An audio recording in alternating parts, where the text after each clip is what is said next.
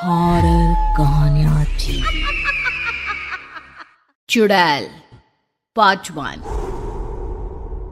ऊंची ऊंची पहाड़ियों और घने जंगल से घिरा हुआ भैरवगढ़ गांव काली पहाड़ी के ठीक पीछे था। काली पहाड़ी यानी मौत का घर। भैरवगढ़ गांव तक पहुंचने का रास्ता बेहद दुर्गम था। लगभग 24 घंटे घने तूफान और तेज हवाओं की वजह से वहां के वीराने माहौल की कहानियां लोगों के दिलों को दहला देती थी। ऐसे बहुत कम लोग थे जो भैरवगढ़ गांव तक जाने की हिम्मत करते थे। लोगों का कहना था कि इस गांव के आसपास बुरी आत्माओं का साया मंडराता है। गांव के रहने वाले लोगों ने वैसे तो अपनी आंखों से किसी बुरी आत्मा या साये को नहीं देखा था, लेकिन गांव का बच्चा बच्चा इस बात को महसूस कर सकता था कि गांव के ऊपर कोई तो खौफनाक साया मंडरा रहा है। और उसकी वजह ये थी कि उस गांव में जैसे ही कोई लड़का 18 साल का होता, उसके 18वें जन्मदिन की रात ठीक 12 बजे अकस्मात उसकी मौत हो जाती। हर बार ये मौतें बड़े ही रहस्यमयी ढंग से होती और इस बार सरपंच सुमेर के बेटे को 18 साल होने में अब बस 15 दिन बाकी थे। अजी सुनते हैं, हमारा बेटा भी कुछ दिन बाद 18 साल का हो जाएगा। कहीं वो डायन उसे भी खा गई तो? कैसी बातें कर रही हो? जब वो इस गांव में ही नहीं है तो कोई भी डायन या बुरा साया उसका कैसे कुछ बिगाड़ सकता है? उसे कुछ नहीं होगा।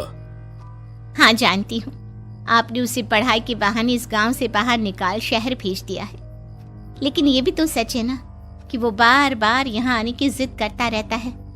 वो चाहे कितनी भी जिद कर ले जानकी, पर मैं उसे इस गांव में कभी वापस नहीं आने दूंगा।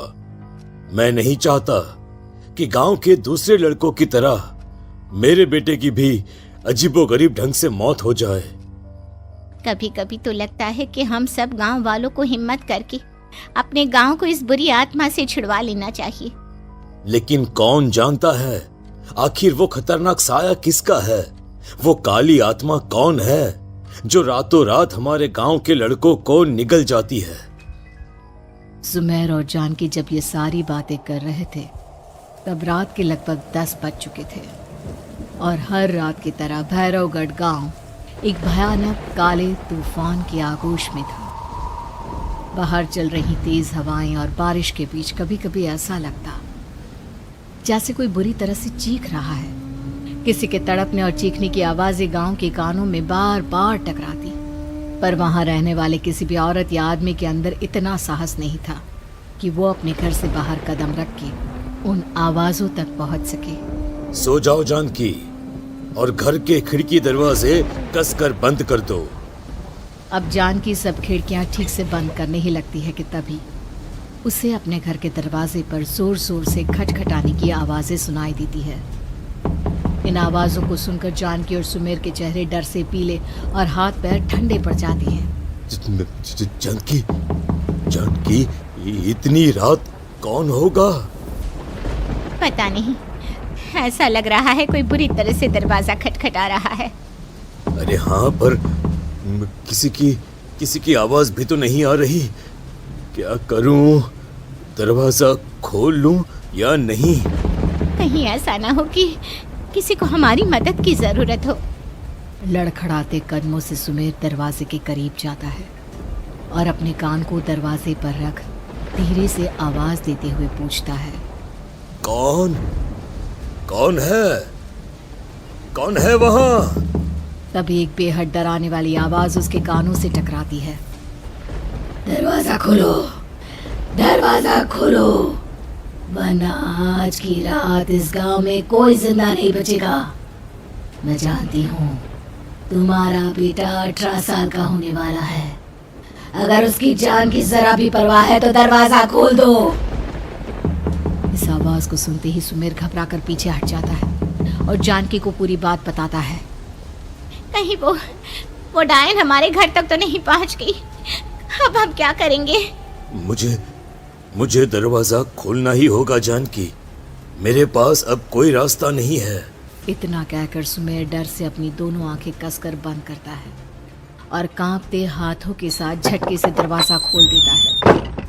तभी किसी के जोर से हंसने की आवाज सुमेर और जानकी को सुनाई देती है। उस आवाज को सुन दोनों दरवाजे की तरफ देखते हैं और सामने अपने बेटे राहुल को खड़ा देख दंग रह जाते हैं।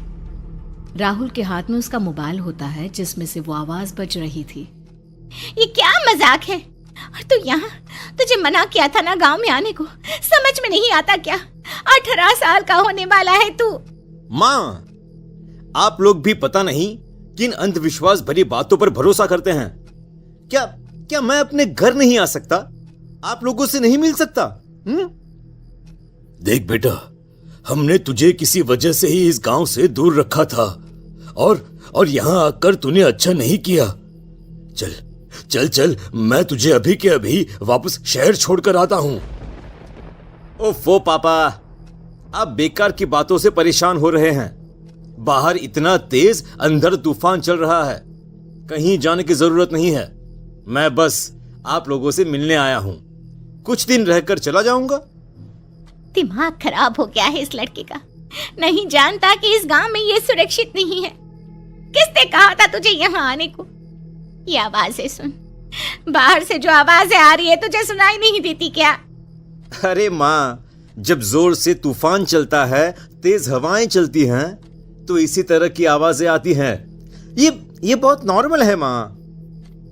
नॉर्मल होगी तेरे लिए बेटा।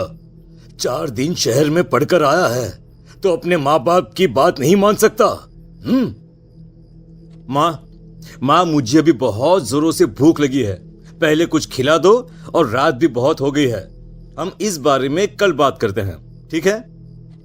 राहुल के वापस आ जाने से जानकी और सुमेर की आंखों की नींद उड़ गई थी। खाना खाने के बाद राहुल तो अपने बिस्तर पर जाकर सो गया, लेकिन जानकी और सुमेर पूरी रात उसके कमरे के बाहर पहरेदारी करते रहे। उन्हें पल पल इसी बात का डर था कि कहीं उनके बेटे को कुछ हो ना जाए। रात बीतती है, सुबह का सूरज निकलता है। अब जैसे ही वो राहुल को नींद से जागते देखते हैं तो उन दोनों के दिल को सुकून मिलता है। अरे माँ, पापा, आप अभी तक यहीं बैठे हैं? क्या पूरी रात सोए नहीं? जिनकी जवान बेटी की जान को खतरा हो, उन माँ बाप को नींद नहीं आती बेटा। अब तो वापस शहर चला जा। देखो माँ, मैं किसी जरूरी काम से इस गांव में आया हूं, और वो काम पूरा होने के बाद मैं खुद यहां से चला जाऊंगा। काम? गांव में तेरा क्या काम है? पापा, मैं बचपन से ही इस गांव के बारे में बेहद डरावने किस्से सुनते आया हूं, इसीलिए अब मैं उन्हीं किस्सों के ऊपर डॉक्यूमेंट्री फिल्म बनाऊंगा। रिसर्च करना चाहता हूं कि आखिर सच्चाई है क्या। हे भगवान, लो जी, सुन लिया, और भेजो इसे पढ़ने के लिए शहर। मैंने आपसे पहले ही कहा था, मेरी बहन के पास दूसरे गांव भेज दो। ना ये शहर जाता और ना उल जुलूल की बात इसके दिमाग में आती। जानकी और सुमेर राहुल को समझाने की बहुत कोशिश करते हैं, पर वो किसी की बात नहीं सुनता और अपना कैमरा लेकर गांव की पास वाली काली पहाड़ी की तरफ निकल जाता है।